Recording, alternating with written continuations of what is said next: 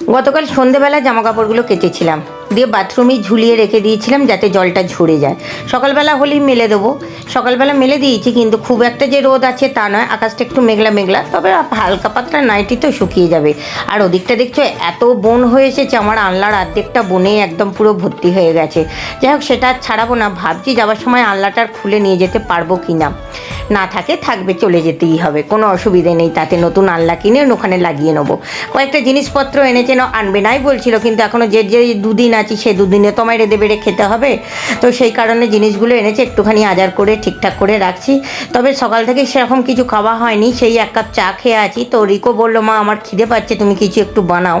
প্রথমে ভেবেছিলাম মুড়ি মাখবো, তারপর ভাবলাম যে না, ম্যাগি এনেছে, তাহলে ম্যাগিটা, ও বাবা, ম্যাগিটা বার করতে গিয়ে দেখা একটা ইঁদুরে খাওয়া ম্যাগি দিয়ে দিয়েছে, সেও দেখেনি আর দোকানদারও গতিয়ে দিয়েছে। যাই হোক, আমি এসে দেখেছি এটা যদি ভিডিও করে না রাখি বলবে মিথ্যে কথা। 5টা ম্যাগির মধ্যে 4টে ম্যাগি হয়ে গেল, তো 4টে ম্যাগি বসিয়ে দিলাম, একটা ম্যাগি ফেলে দিলাম। আর এখানে দেখো আজকেও বোয়াল মাছ করব, কারণ বোয়াল মাছটা আমাদের বাড়ির সবাই বেশি খুব ভালো খায়। এখানে ম্যাগি তৈরি করে নিয়েছি, কিন্তু খাবো কি না বুঝতে পারছি না, কারণ বাড়ি মালিক খবর দিলে এক্ষুনি বাড়ি দেখতে আসবে, মানে ঘরটা দেখতে আসবে নিচেরটা ভাড়াটের জন্য। তো যাতে আমি কুকুরগুলোকে এক্ষুনি আটকাই, মিনিট 5-এর ভেতরই ঢুকবে। আমি আমার বাচ্চাগুলোকে ঘরের ভেতর পুরে রেখে দিয়েছি, মিনিট 5 বলে মিনিট 20-25 হয়ে গেছে, ওরা ঘরে আটকানো হয়েছিল, এলোও না আর খবরও দিল না যে না আসবো না, কি আসবে না আজকে। যাই হোক, আধ ঘন্টা রাখার পর আমি আবার ছেড়ে দিয়েছি। এরপর এলে আমি বারণই করে দেবো, ভাবছি যে আমরা চলে যাওয়ার পরই একবারে দেখাতে, কারণ এখন এমনি জিনিসপত্র নিয়ে এদিক ওদিক করে ওদেরকে ঘরে ওই আধ ঘন্টা করে পুড়ে রাখা খুবই অসুবিধে কাজ এটা।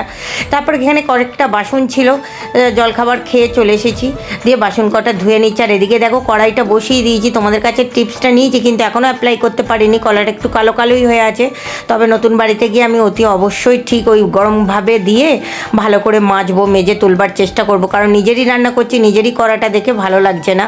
এখানে চলে এসেছি আনাজ কাটতে, যেহেতু বারান্দায় ফ্যানটা নেই, তো বারান্দায় বসে আনাজ কাটতে খুবই কষ্ট হয়, ওই জন্যই ঘরের ভেতরেই নিয়ে চলে এসেছি। আর চিনি ভাবছে চিনিকে ঢোকাবো বলে আমি রিককে ডেকেছি, আসলে রিককে ডেকেছিলাম ভিডিওটা করবার জন্য, ও ভেবেছে চিনিকে খাঁচায় ঢোকাবো বলে আমি রিককে ডেকেছি।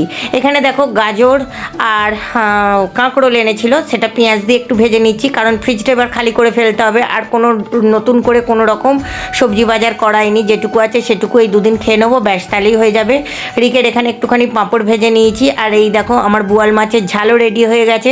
তোমরা অনেকেই বলেছিলে দিদি গ্যাসটাকে কমিয়ে দিয়ে কড়াইটা ভালো করে তেল গরম করে নিয়ে যখন মাছগুলো দেবে গ্যাসটা কমিয়ে নেবে, দিয়ে চাপা দিয়ে দেবে, আবার যখন উল্টানো হবে আবার কমিয়ে দিয়ে উল্টাবে, সেইভাবেই ভেজেছি, আজকে একদমই ফাটেনি। তোমাদের টিপসগুলো অ্যাপ্লাই করে দেখছি, আমার খুব উপকারী হচ্ছে, অনেকটা নতুন জিনিসও মানে শিখছি আমি।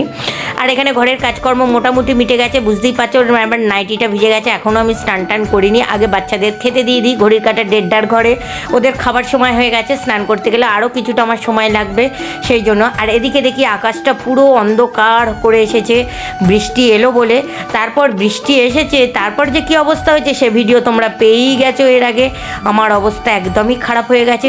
তো চলো এখন এইটুকুই, দেখা হচ্ছে নেক্সট ভিডিওতে, ততক্ষণের জন্য তোমরা সবাই খুব ভালো থেকো, আনন্দে থেকো, টাটা। আর আমার ভিডিওটা কেমন লাগলো অতি অবশ্যই কমেন্ট করে জানিও, চ্যানেলটিকে সাবস্ক্রাইব করে পাশে থেকো।